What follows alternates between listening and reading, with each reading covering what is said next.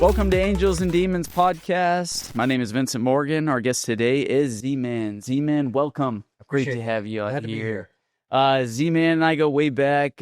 He's an LA and manager, fitness trainer at LA Fitness. When I would go in to work out, he was the most positive, upbeat manager that I had ever met at a gym. He just made you feel welcomed. He made you feel appreciated and made you feel like you were where you were supposed to be. Anything you needed, he would help you.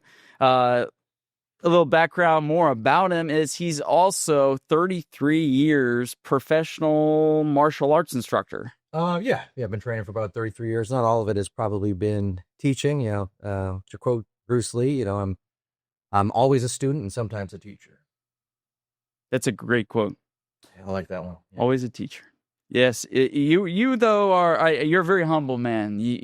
I have seen your magic work. When I got a great pump man like you, I don't think I need to say much. You're so humble yourself, and you always do such a great job of telling the story of what people are doing. So to be here on this podcast, on the Angels and Demons podcast, I've been watching you from afar, man, and to see this thing grow. And for you to ask me to be appreciate part of that. It, I had to be a part of this, man. This is special. So. Well, I really appreciate that. Thank you, Z. That means a lot. I really appreciate that. The whole purpose of this is to give back. We had another shooting the other day. It was devastating to me, broke my heart. I mean, to know that we deal with frustration and anger now in a way that is just mentally not healthy. And so having 14 nieces and nephews and having, a kid on the way, it just breaks my heart to hear all this damage and distress put on our nation. So I'm trying to help whatever I can do to make a difference, And so I just am doing the best that I can. So I appreciate the compliment. That's all we can ask of anybody, or including ourselves, right? Is to give our very best. So that's greatly appreciated. So a little bit about Z-Man is we've been friends for a long time, but something different. One day I hear that Z is at the hospital. I was like, what in the world's going on? And so I got a hold of him, and I'm going to let him more tell the story of how everything was just normal. You go in to LA Fitness, you see smiling Z, everything's cool. And then one day it just was different. And so I'm going to let you have the privilege to tell us a little bit about what happened and why life was different after that. We can dive right into it. A privilege is a great word because it's a privilege to be alive, especially after a day when the doctors themselves have told you that you shouldn't be here after this. So, I've been the biggest fan of martial arts my whole entire life. This was a Sunday, unlike any other particular Sunday. This was Easter Sunday of all Sundays, 2019. And I was actually doing some filming for some social media stuff. I had Jim Arbogast with me, phenomenal videographer and cameraman. And so we were filming and doing some different sets on the beach, different parts of the coast down in Mayport. And so we decided to go to a different location, a little further down the coast. He had his own car. I had my own car. So I'm driving like I normally drive. And then out of nowhere, I just felt like the deepest, heaviest knot right between my shoulder blades, like right over here. And this knot was heavy, unlike anything I've ever found. So working out at a gym, can you give us an idea of what that weight felt like? If it was a 50-pound dumbbell?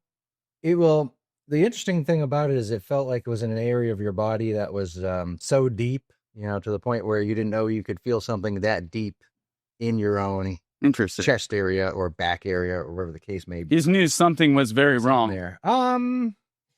Yeah, I think so.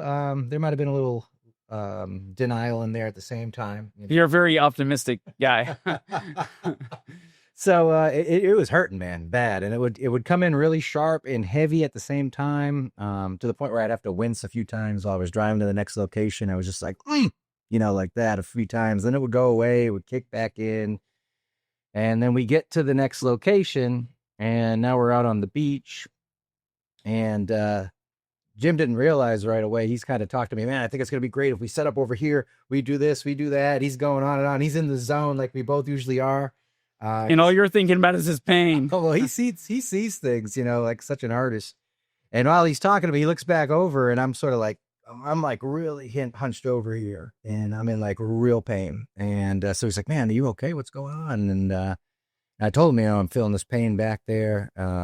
He's like, "Dude, you're a tough guy, man. You don't ever talk about pain. Like, I think something's wrong. We should probably get some help." I'm like, "Nope, I'll be all right." Nope, I'll be all right.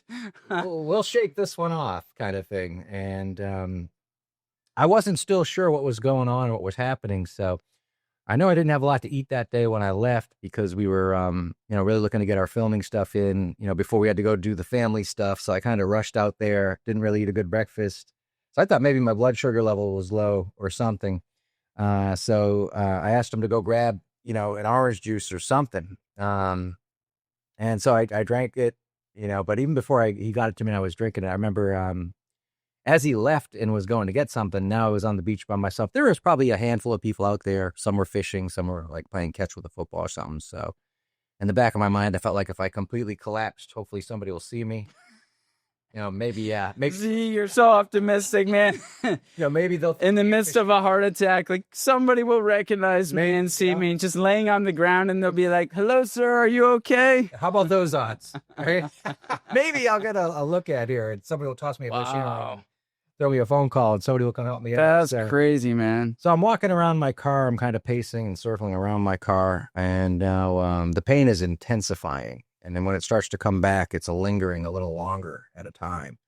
And I started to feel tingling in my arm, and then my left arm went completely numb. Like it just went. It was gone. Fuck, man. And then the right one, right after that, completely numb. And then my vision was just completely gone. Couldn't see a thing. I knew exactly where I was. So your arm went numb? Both are numb at this point. Yeah, the left went first, then the right shortly thereafter. Where'd your mind go at that moment? I think it went into kind of survival mode to a degree. I remember my second kickboxing match. I was actually the guy took a cheap shot. You go to touch gloves. There's an unwritten rule. The bell rings, you kind of touch gloves, and you go back and you kind of go at it. Well, in my second amateur fight, we went to touch gloves, and this fella, he went to reach out to touch gloves, and he hauled off with his left hand and gave me a left hook as hard as he could. Please tell me you demolished his ass. So he's a lefty. Did you demolish his ass at the end of it? And the problem is with amateurs, you don't necessarily get a scouting report. So I was a sucker punch, and he was lefty, and we were supposed to touch gloves, and I got knocked out on my feet in that moment. It reminded me of that moment. Gotcha. Pain. I wasn't completely knocked out, and he didn't know that, though. So I just kind of did a couple of phantom punches, like I was still warming up, maybe through like a phantom front kick or something, and it kept him far enough away to where he didn't know I couldn't see. My vision came back, and somehow he ended up breaking his leg when he was fighting me, and they had to carry him out. I don't know how that happened, but it's just the end of the story I wanted on that one. And so that's the I pain. did give him the victory there. So for your chest. That's the pain level. So there was a pain on the guy that took the cheap shot on you. There was that type of pain. It wasn't the pain as much as it was the vision. Okay. Leaving and still being conscious of where you are in the moment.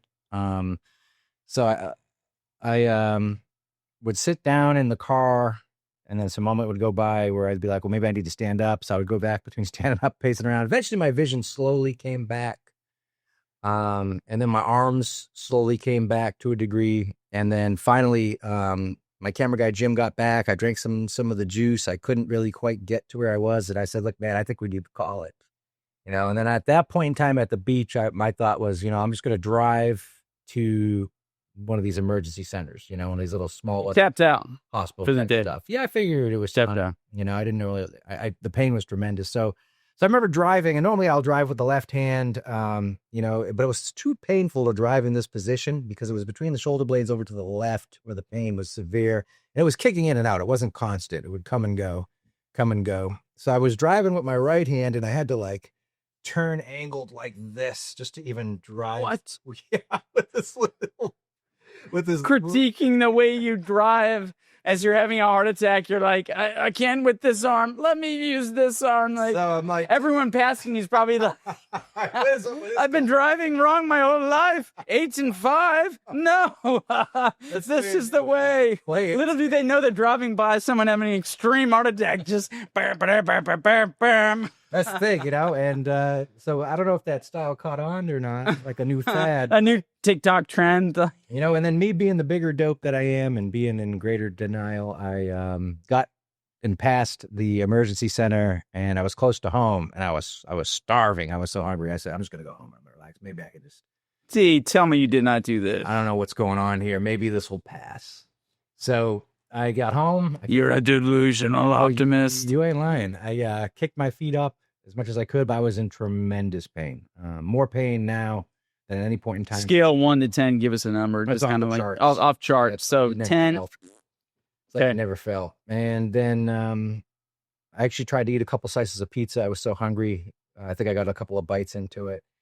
And then I'm like, well, maybe I can roll this out. Maybe it's a knot. So now I'm on the ground with like a little foam ball, and I'm rolling around here. Really?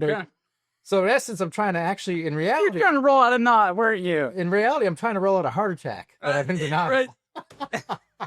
See, I mean, you were a martial arts god. I mean, like Hercules, Well, both legs and arms are off, and he's still like trying to win, Yeah, they say you got Wow. a screw to be, come from the kickboxing world and all that stuff. So maybe you do.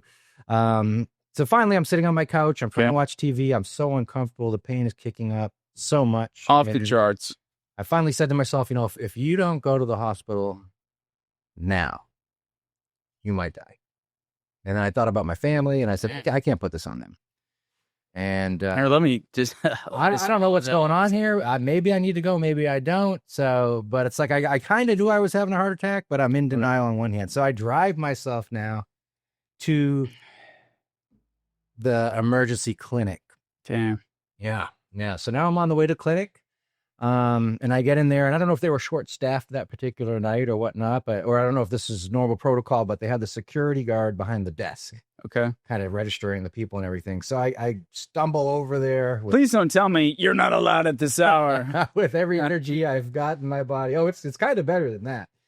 So I was like, listen, man, I think something's going on really bad. My chest is tight. I can't feel my arm. I got this tremendous pain between my shoulder blades. Like, I think I need to see somebody. I think there's something like seriously wrong going on here. And he's like, oh, okay. Here's this clipboard. If you want to go and fill out your information, and tell us what's going on. I just told you, boss. Listen, trust me, I'm not a complainer, man. Like, I never come into the hospital. Sir, I've been fighting 33 years in the martial arts. I am basically a Spartan soldier. I'm telling you, I'm about to die. Like, let me through the doors. I'm here now. So can we just get somebody? I think this is an emergency. Okay, well, just fill this out and we'll get started. I said, okay, fine. You're telling me you feel well having a heart attack. You still filled out a form. You did it. You did this. This guy was more daunting to deal with than the heart attack. Please tell me when you filled out this form, at least it was a pen with a feather on it, right? I wish. It was glorious. Give me a clipboard. I'll take the heart attack. It's better than dealing with you. When it gets to the part, chest pain. So I'm filling this stuff out, and then I hand it to him, and I sit down. I'm waiting, and I'm waiting. Damn. How long did they make you wait? Waiting. I mean, probably another 10, 12 minutes have gone by. Now, total running time since the initial pain when I was driving to the second location of filming, we're probably looking at close to 2 hours, maybe over 2 hours of total time dealing with this. This is crazy, man. The onset of this heart attack, right? So when did they get you back? So I walk over to him and I was like, man, I'm telling you, brother, I'm not complaining here, man. This is bad. I need to see somebody now. And he says, oh, okay. I'll tell you what, we'll put you in the wheelchair over here. I am not making this up, dude. It sounds like you are, but I know. I work in the medical field. I know it's just like here's a guy that probably bumped his elbow on the door, and he's like, "Oh, I need some ibuprofen, please." It's like, guy, I didn't say nothing about my legs. I said chest between the shoulder blades. I was like, my arm is numb, but you know what? I'll take you up on that wheelchair because apparently we got no other solutions. So I'm sitting off. Yeah, good decision, man. I'm going to tell you what, at least that's escalating the issue a little bit more. You went from a patient chair to a wheelchair. So then what happens here? So I'm sitting in the wheelchair. Finally, the double doors burst open and I don't know, it sounded like music was playing and angelic music was playing. And I see the lady come over to me and never forget her name. It said Jessica right on there. She's like, so what's happening? And I was like, well, I said, I got this pain.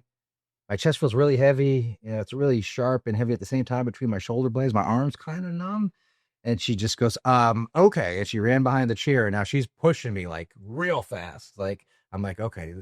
So she knew that there was something serious. She knew exactly. She knew exactly. When I described it. Wow. So she raced me into the emergency room. She got me on the bed, was plugging me up with everything, doing the the EKG thing on there and everything in case, and hit me with citrus, which opens up your veins more.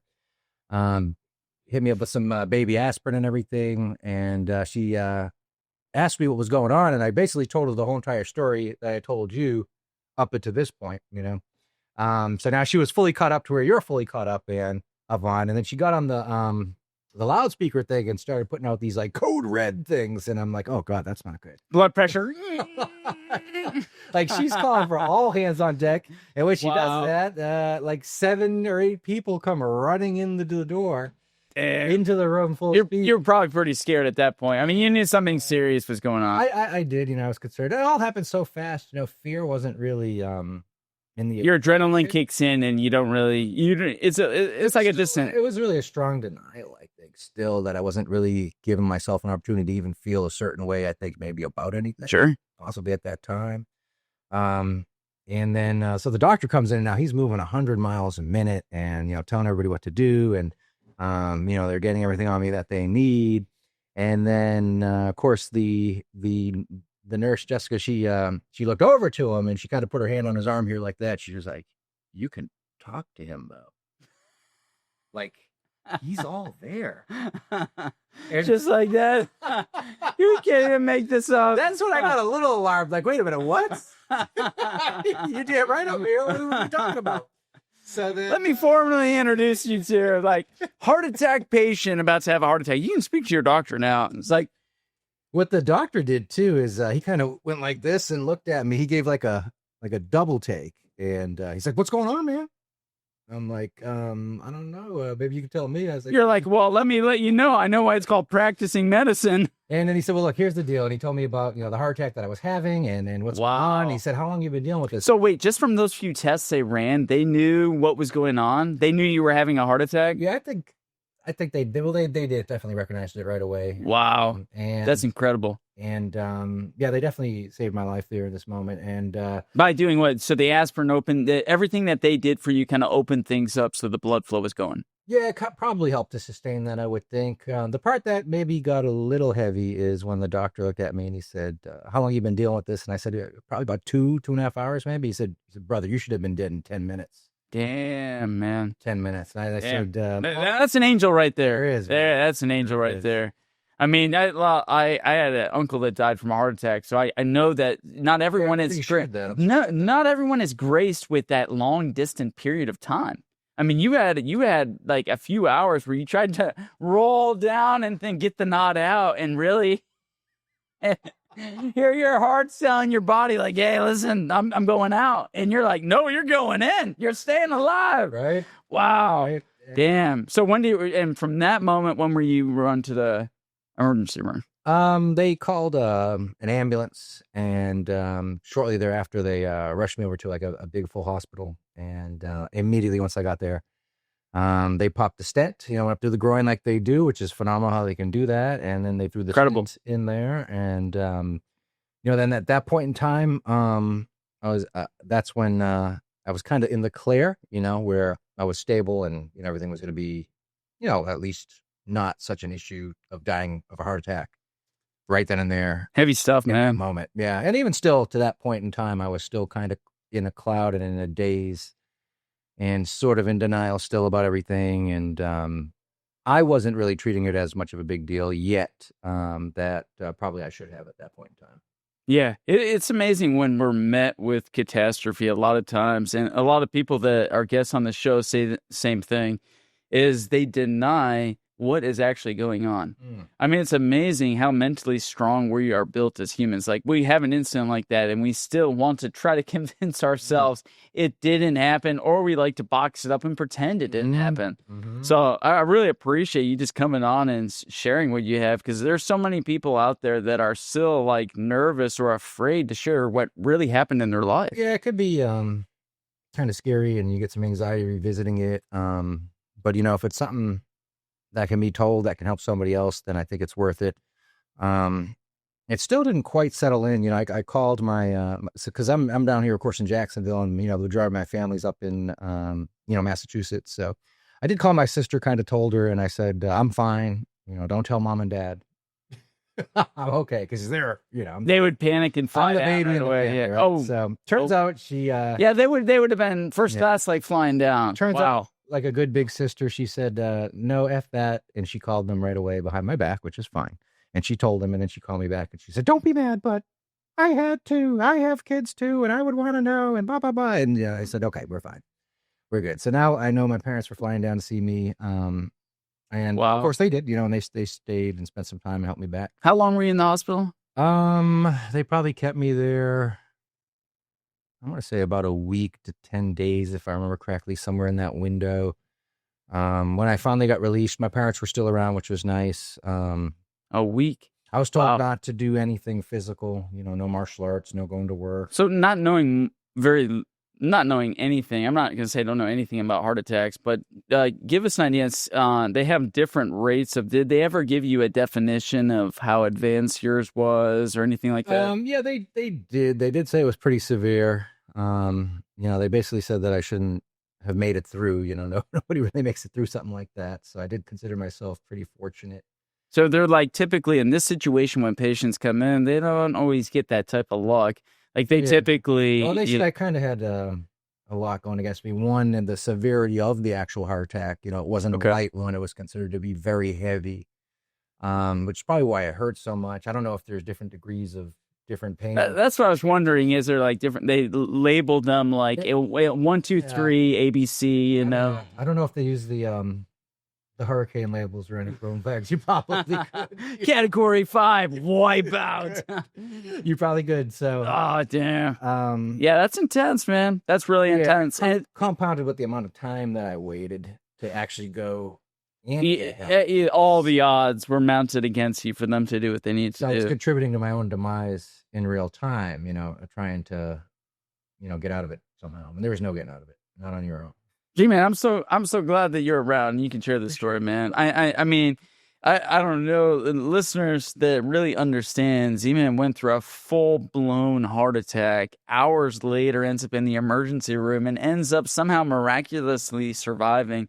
And it's only by the grace of God that he is here in front of us. And I agree. You know what I mean? He is such an uplifting individual that when you were, like I said, when you were in LA Fitness, he made you feel like you were number one. You were like, do you need anything? What can I do to help you?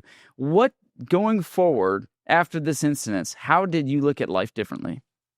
The denial eventually started to leave when I had to actually deal with it. And, now I'm sitting at home and I can't work yet. I can't really do anything. I can't lift weights. I can't do martial arts. Everything that you love to do. Everything. Just getting up off the couch and walking into the kitchen to get a drink and coming back and sitting back down felt like you just scaled a mountain.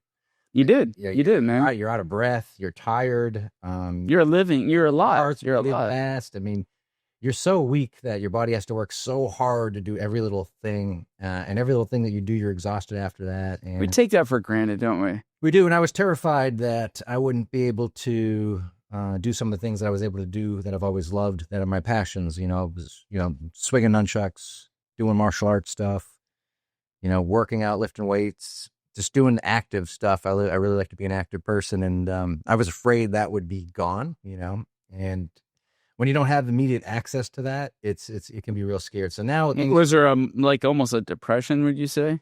Yeah, it definitely was a little bit. I was pretty bummed out over it, and because you feel like you're just invincible. When you're 39, and everybody's telling you, you're in such great shape, and and they're asking you for advice how to be in shape and how to be healthy and how to be strong. So There was a little bit of, me kind of like, Denial. there's the denial, and then there's a little bit of me just kind of even being embarrassed about it. Like, I'm supposed to be the guy that's in shape. I'm supposed to be the guy that's telling everybody, to You're be the healthy. teacher. You're the You know? instructor. And Yeah. here I'm the guy that Yeah. got struck down. Yeah. And so there was that. It's not a place a man wants to be. No doubt about it.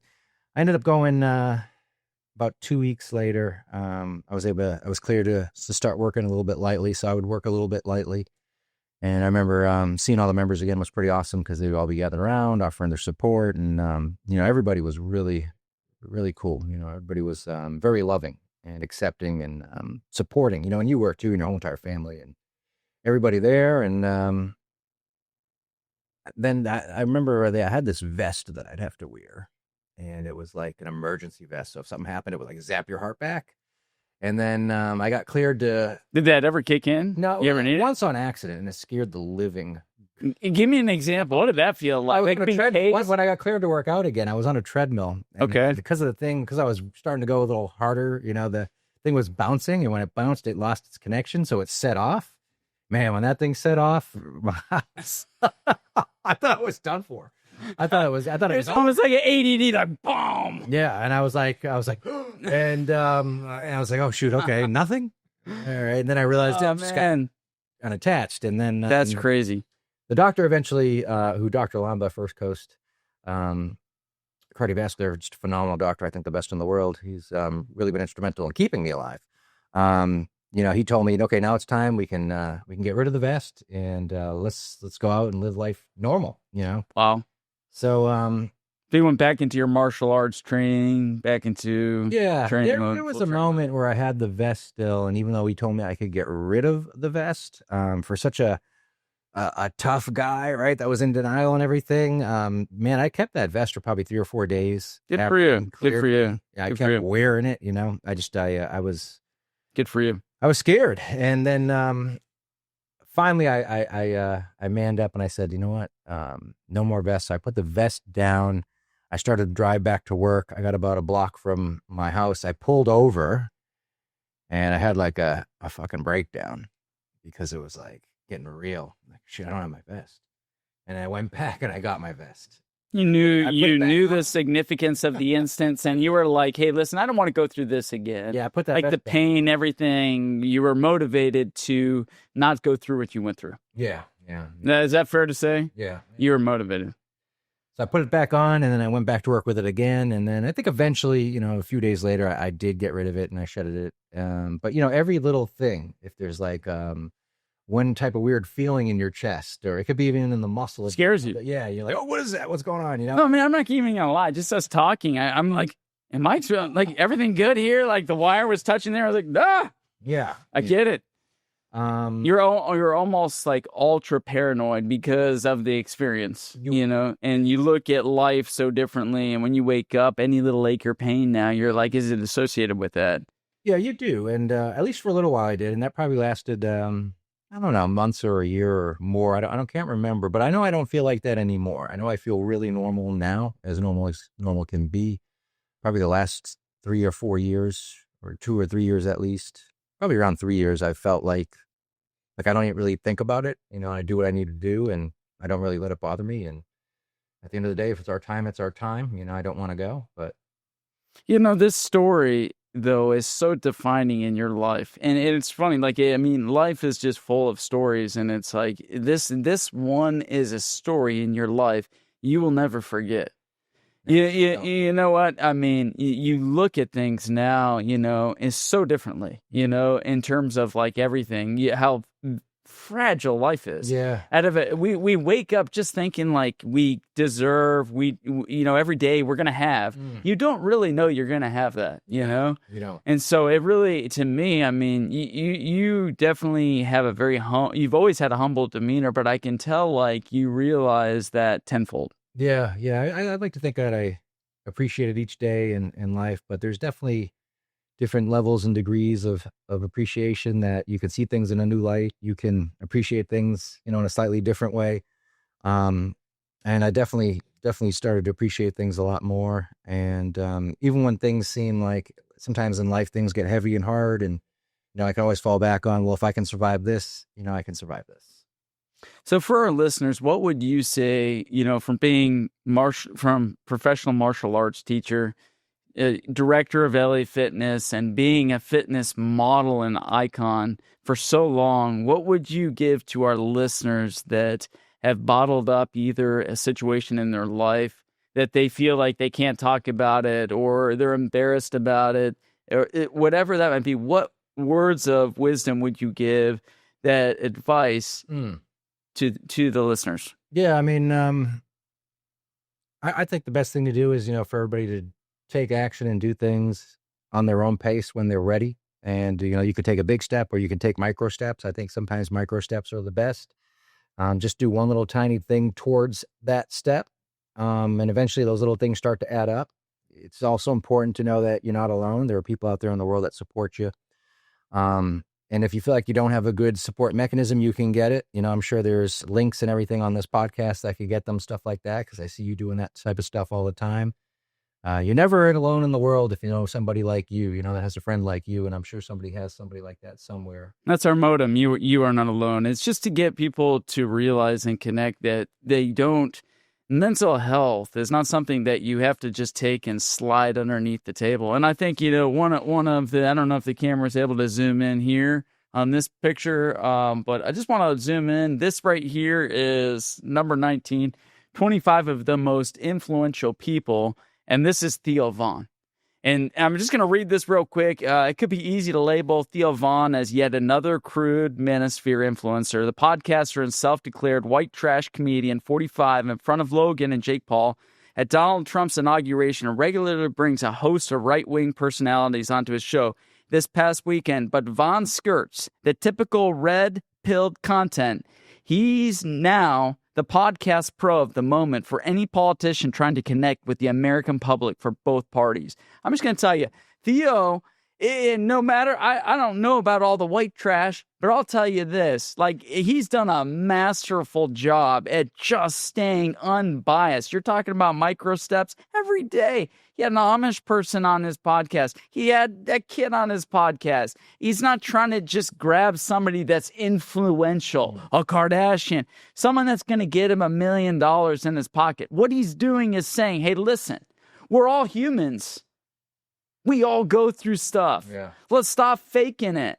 Let's be real, because your story is humbling enough. You're a man. You want to win. You want to put on the boxing gloves. You want to knock someone out. You want to be a dude. You'd like to think you can fight your way out of everything, right? And you like to think you don't need anybody. You're there and you can just do it. Do it. Yes, self-dependent. You're self-dependent. Yeah. I can wake up. I can make the money. I can support these things.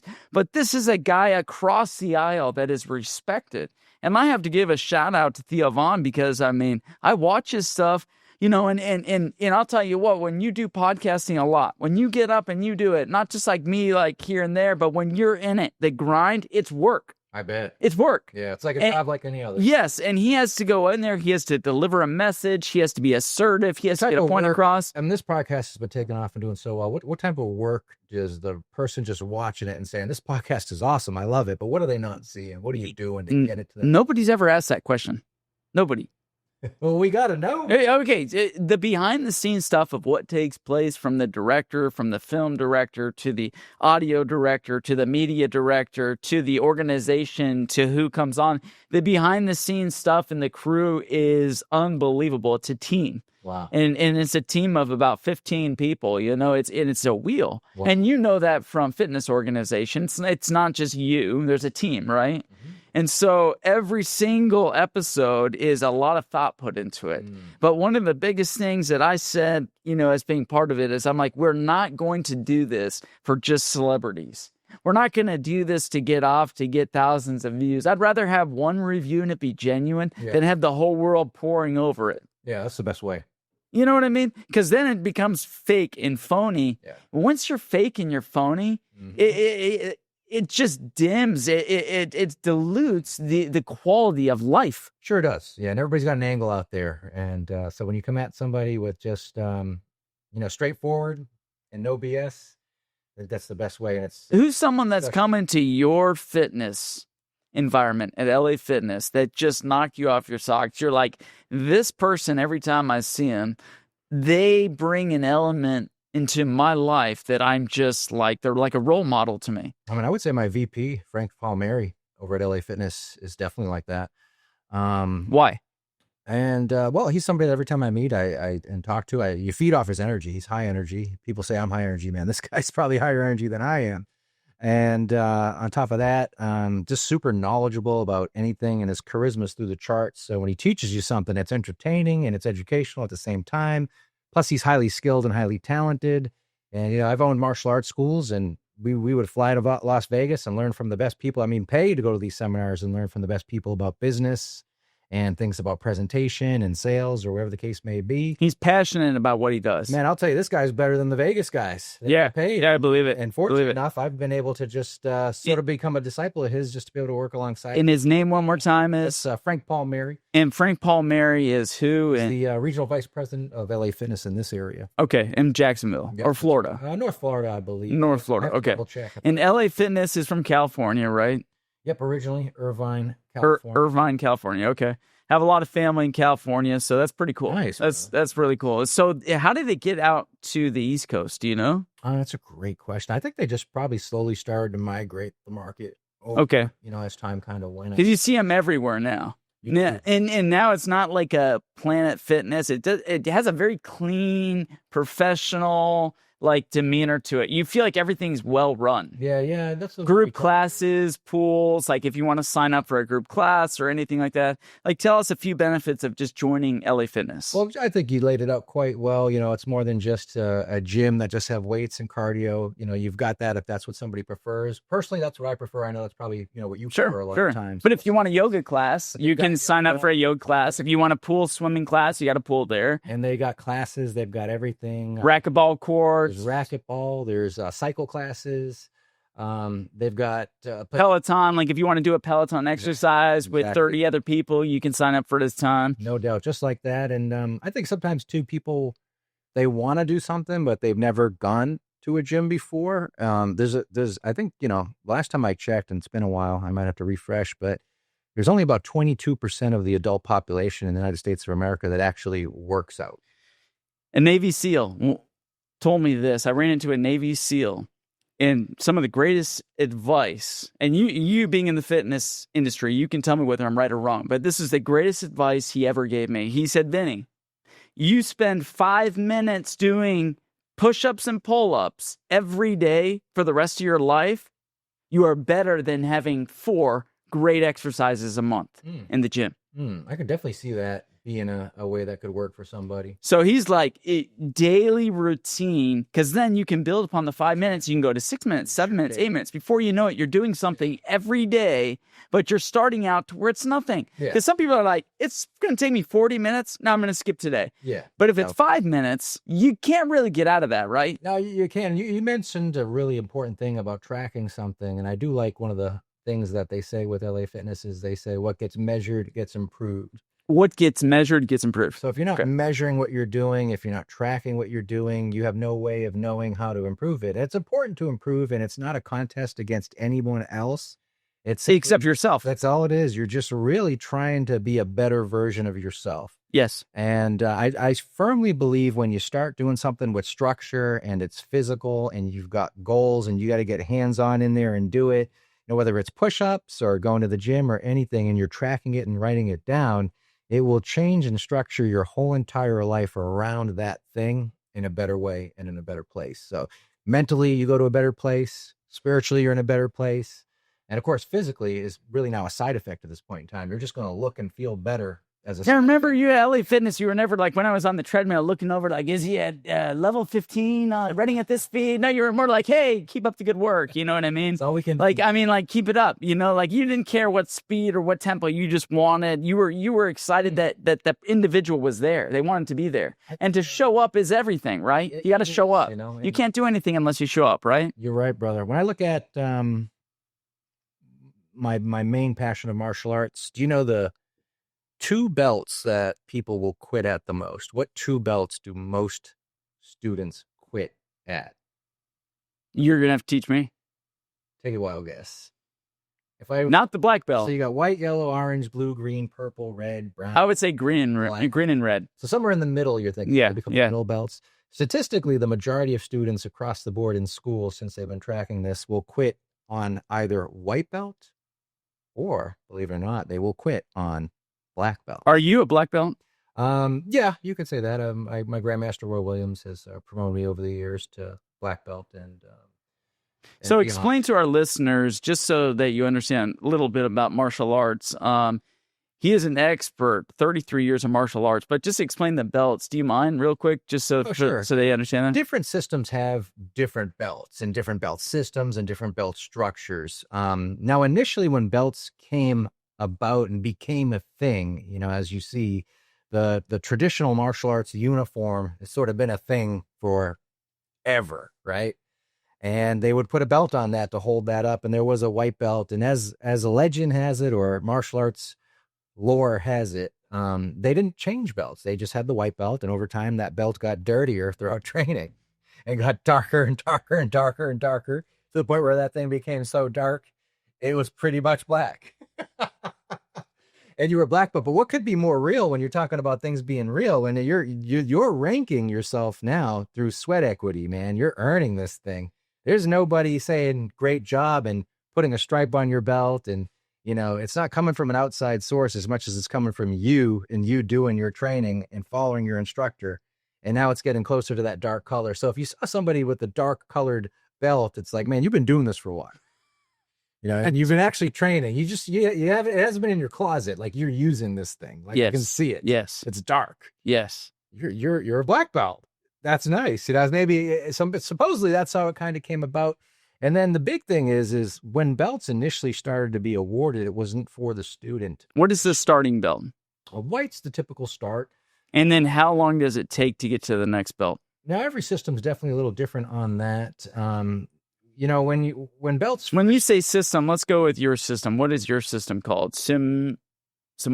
So, Lesage Do is a system. Lesage Do. Okay, so Lesage Do, white, and then how long till the next color? So you've got pretty much in this system, it's a little different. So the way my Grandmaster has this system is pretty much like white, blue, purple, brown, black. White, blue, purple, brown, black. Then you have degrees on your black. Okay. And the other thing, too, that's important is usually when they started to issue belts, it wasn't for the sake of the student. It was for the sake of the instructor, because the instructor needed to track who knew what and what they needed to know next. So if the instructor started putting belts on people, they started to know, okay, well, I got to show him this. And so he's got this belt. He knows this. He's passed this. So was the belt more the knowledge that someone knew, or was it the skill level to take someone down physically? Because it's obviously very physical, right? It would probably be the knowledge as well as the application. So a combination of both. So your skill and your knowledge would implement your qualification to up a belt. It's a great way to describe it, because that's basically the way it would roll. And so is there any way a guy with a white belt should ever be able to beat someone with a black belt? There's definitely ways. I mean, if you got a white belt, that's a phenomenal athlete, and this guy's really strong. And you got somebody that's a black belt that. So like boxing, you have the weight divisions probably when it gets competitive and all that that you go through. I mean, I treat everybody with, like, I don't care if they're white, I don't care if they're black. I mean, anybody can take anybody on any given day. So if I got to protect myself. Even Italians like me, we're allowed? Guys like. Oh, man. No doubt about it. From Boston, Italians, they're allowed too. Now, certainly, if you've got some level of training and, you definitely increase your chances and abilities to protect yourself, keep yourself safe, and your family safe. So for our listeners, if you're interested in martial arts and you want to take your level to the next level, Z-Man is 33 years into this, and he's going to be at LA Fitness, director at LA Fitness, and he can definitely take you to the next level with martial arts. I mean, listen, whatever it is, it's a step. It's something that you're doing actively, physically. It's good exercise. It's great exercise. Mental exercise. And most importantly, what I wanted to touch on is through your whole experience, through your athletic experience, through your heart attack, through where you are now in life, everything that you have has expanded your tool belt. No question. So whether you have a belt of white, blue, brown, or black, you also have life lessons tied around there too. And so for, mental health is so important. I mean, what can you say as far as with all of this that's been spoken, how important is mental health in all this to stay in the game? Absolutely. I mean, mental health is probably the most important thing. I mean, if you don't have a solid, mental health, it's going to show up eventually in your physical. If you don't have mental health, you won't be able to survive a heart attack for 3 hours that you aren't supposed to survive. Now, you got to stay mentally strong in those moments. If you can find something in your day that you can do that will give you the ability to take a break from a conscious mind. That's what they would talk about in the samurai days. They would call it no mind. No mind. No mind. Give me a definition. So, and what does that mean? Well, no on the mind. surface, it could be like, this guy's mindless. He's got no mind, but it's not really quite like that. It would be. There's a lot of those around. There are. It would be to be able to move and phones. That'll no mind. That'll do it. Scrolling. That'll do it. That'll absolutely. Yeah, no mind. This one would be more of connecting to a higher level of sort of yourself and creating a moment in time and in space to where you're not having a conscious thought. You're just pure action, right? So the easiest way to describe it, I mean, if somebody's a baseball player and the guy's pitching at 95 miles per hour, you're not consciously saying to yourself, the ball's coming in. Oh, it's in the middle of the plate. It's a little low, and now I'm going to swing at it. Hit it. There's no way it's going to happen, right? It's going to hit the guy's glove and like. You've been to some baseball games, haven't you? Well, I grew up in Boston, right? How many did you go to? Just ask me and guess. Me and my dad probably went to a bunch of games growing up. Nice, nice. In your blood. It sure is. So being able to perform something without there being a conscious thought. If you go to the gym and you, or even if you're doing push-ups, you're not thinking to yourself, okay, I'm lowering down, I'm pressing. No, you're just going through the motion. So now if you're just going through the motion, but you're focused on that motion, it'll allow your brain to kind of just almost relax for a second and let go. And now we need that in life. Yeah, you're not really thinking about anything. You're giving your brain a little bit of a break, and your mind is in an area where it's just focused on what it's doing, and it's not focused on anything in the background. It's not focused on yesterday. It's not focused on tomorrow. It's focused right where you are in the moment. And that is improving your mental health. I believe it does. I think if you can go there at least once a day, whether it's a minute, whether it's 5 minutes, I'm a little bit of a junkie of it. I like to go there for about 2 to 3 hours if I can. Good job. Well, I mean, you are the director, you are the standard, you are the role model for people coming in there. They look at you and they're like, they have to look at something to know where they are, right? You set the bar high. And so, you know what? I mean, for our listeners, again, I just want to welcome Z-Man for coming on the show. I mean, he is the definition of a badass. I mean, to get through a heart attack when you're not supposed to survive, he defeated all odds, got through that. He's here in Jacksonville, Florida. You're going to be located on Atlantic and 3rd over... But people can find me at the Kernan location. Kernan location. That's where the racquetball courts are. That's where it's real happening right there.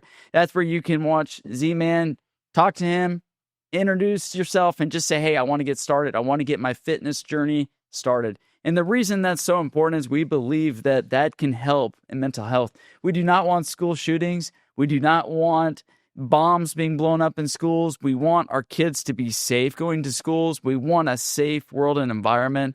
Over the last few, hours of hearing what happened on Fox News is just crippling. I mean, it's crippling to our society. And as Z-Man has said, like, you don't have to do hours and hours. Like, he set the bar high, 2-3 hours, but you can do a little bit. And every little bit that contributes to you are not alone and quality mental health so that you can go about your day and defeat your demons, and then you can build your angels so that they're there to help you through day to day. Z-Man, thank you so much for coming on Angels and Demons podcast. It has been absolutely an amazing time learning every aspect of through your heart attack, through your goals, and where you are now. Thank you for that. Thank you for watching and listening. Our next guest is Bryant Nolan, offensive lineman for the Sharks, Jacksonville Sharks. We are thrilled to have him on our show. He is again going to speak on mental health and wellness, and we look forward to seeing him. Thank you very much for listening.